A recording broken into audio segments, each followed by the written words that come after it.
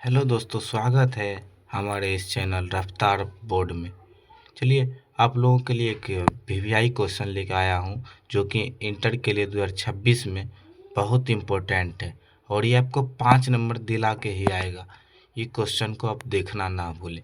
चलिए सबसे पहले ये क्वेश्चन कहता है कि विद्युत द्विध्रुव के कारण निरक्षीय स्थिति में विद्युत क्षेत्र की तीव्रता ज्ञात करना। इसको ऐसे तीव्रता की जगह व्यंजक प्राप्त कीजिए, इस तरह पूछा जा सकता है। चलिए आपको शॉर्टकट में हल करने की तरीका दिखाते हैं।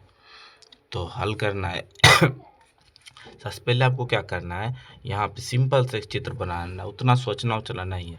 यहाँ से आपको एक बिंदु लेना है, यहाँ एक बिंदु दे देना है, ठीक। और यहाँ से यहाँ तक आपको एक रेखा खींच लेना है जिसको हम क्या बोलते हैं, विद्युत ध्रुव आघूर्ण रेखा कहते हैं, ठीक। ये आपका एक बिंदु हो गया, ये आपका बी बिंदु हो गया। यहाँ पे माइनस क्यू आवेश होता है, यहाँ पे प्लस क्यू आवेश होता है और इसके मध्य क्या होता है, एक ओ बिंदु होता है। क्या है, ओ बिंदु होता है। और यहाँ से यहाँ तक की दूरी क्या होता है, 2L होता है। क्या कितना होता है, 2L होता है। और इसके मध्य से एक रेखा खींचा हुआ होता है जो कि आर दूरी पर, किसके दूरी पर, आर दूरी पर। ये यहाँ की आर दूरी पे क्या है, एक पी बिंदु है। क्या पी बिंदु है। और यहाँ से यहाँ तक की दूरी कितना हो गया, आर हो गया, ठीक। और यहाँ से यहाँ तक की दूरी एल, 2L हो गया। चलिए सबसे पहले आपको क्या करना है, इसको क्या करना है, मिला देना है। यहाँ से यहाँ तक तो मिला दीजिए, ठीक। और मिला देने के बाद यहाँ मिल गया, सॉरी यहाँ से यहाँ तक आना था, आप लोग सही कर लीजिएगा, ठीक। थोड़ा सा मिस्टेक हो गया। चलिए अब हमको क्या करना है, और यहाँ इसका दूरी तो इसका मान कितना 90 डिग्री होबे करता है, ठीक। इसका मान कितना होता है शॉर्टकट में बताते तो आपको टाइम नहीं है, ठीक। यहाँ से यहाँ तक की दूरी होता है R² प्लस L², ठीक। यही होगी। अगर मान लीजिए इसका दूरी इतना है तो इसका दूरी भी नहीं इतना होगा। अगर मान लीजिए यहाँ से यहाँ तक की दूरी 2L है तो यहाँ से यहाँ तक की दूरी L नहीं होगा, तो यहाँ से यहाँ तक की दूरी L, ये दोनों मिला कितना 2L होता है, तभी न होता है। और यहाँ से यहाँ तक की एक रेखा इस तरफ जाता है, ठीक, इस तरफ। और यहाँ से इधर देखिए, यहाँ पे जब मैं कलम घस रहा हूँ, यहाँ पे क्या इस तरफ एक आता है। क्या इसका मान कितना होता है, इसका नाम होता है E1 cos थीटा। क्या E1 cos थीटा। और इसका नाम E2 cos थीटा, ठीक। और इसके एक काल्पनिक रेखा बना लीजिए और इसको यहाँ से यहाँ तक के क्या कर दीजिए, मिला दीजिए, मिल जाएगा। और हमको यहीं पर बिंदु P पर विद्युत क्षेत्र की तीव्रता ज्ञात करना है। चलिए सबसे पहले हल करते हैं। किसके कारण, माइनस क्यू आवेश के कारण, माइनस क्यू आवेश के कारण, माइनस क्यू आवेश के कारण बिंदु P पर विद्युत क्षेत्र की तीव्रता। चलिए तो आपको विद्युत क्षेत्र की तीव्रता का फार्मूला पता होगा, कितना होता है फार्मूला, तो E बराबर 1/4πε0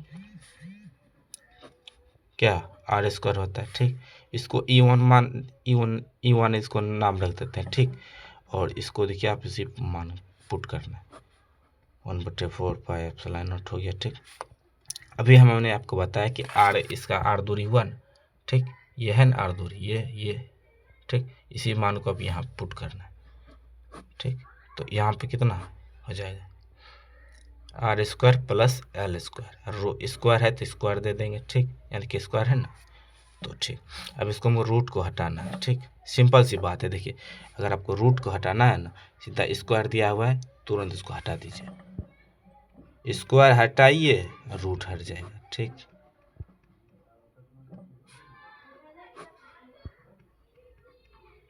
हो गया, ठीक। ये समीकरण 1 हो गया, ठीक।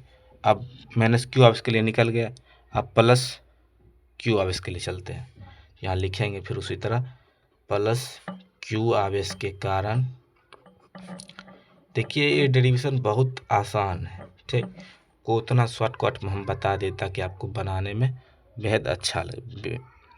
प्लस क्यू आवेश के कारण बिंदु P पर विद्युत क्षेत्र की तीव्रता बस उसी तरह E1 इसका इसीलिए मान रखे तो फिर वही फार्मूला लगेगा, इसलिए इसको E2 रख देते हैं नाम। 1/4 पाई क्या r²।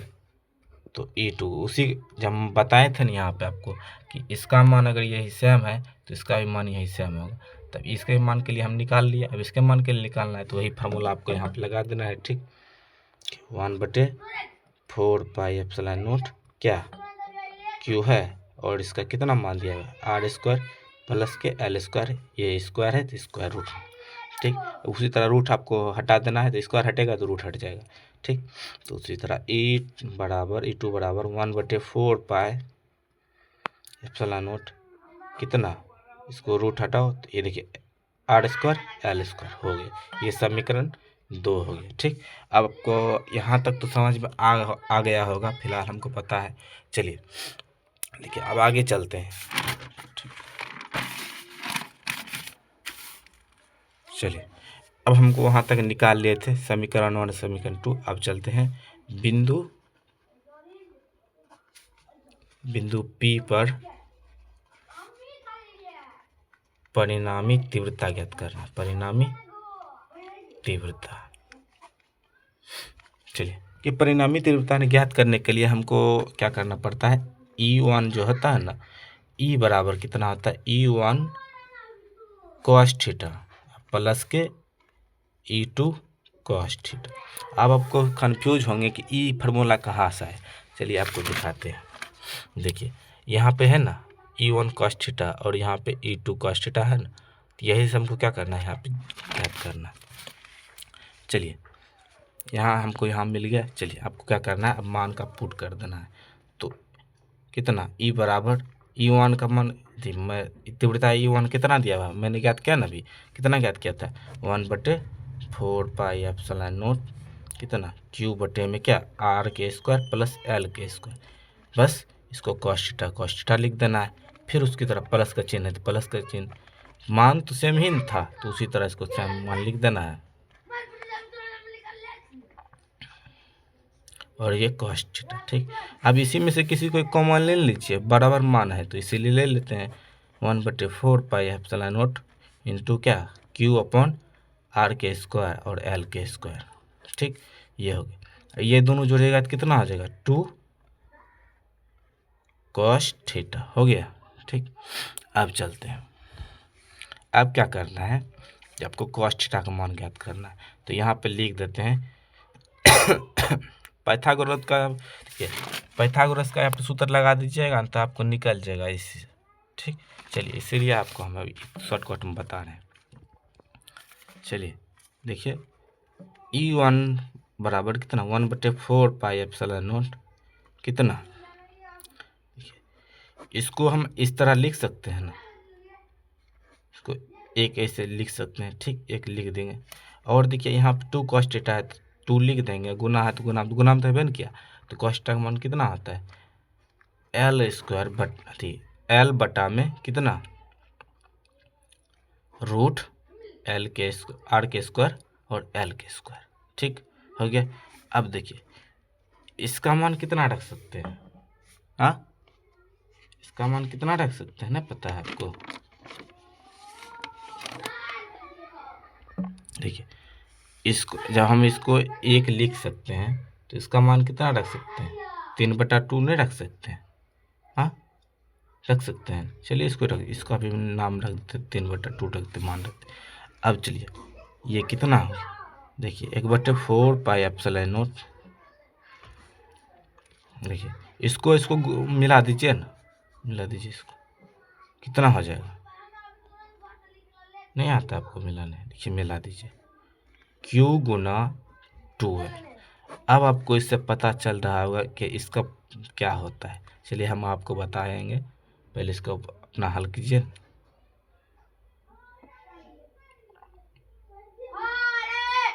चलिए इसका हल करते हैं।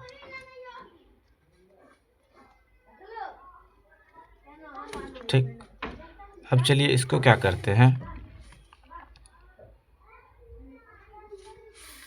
यहाँ लिख देना है जहाँ क्या, जहाँ P बराबर Q इंटू 2L होता है। अब आपको पता चल गया कि इसके जगह पे इसको P लिख सकते हैं ना।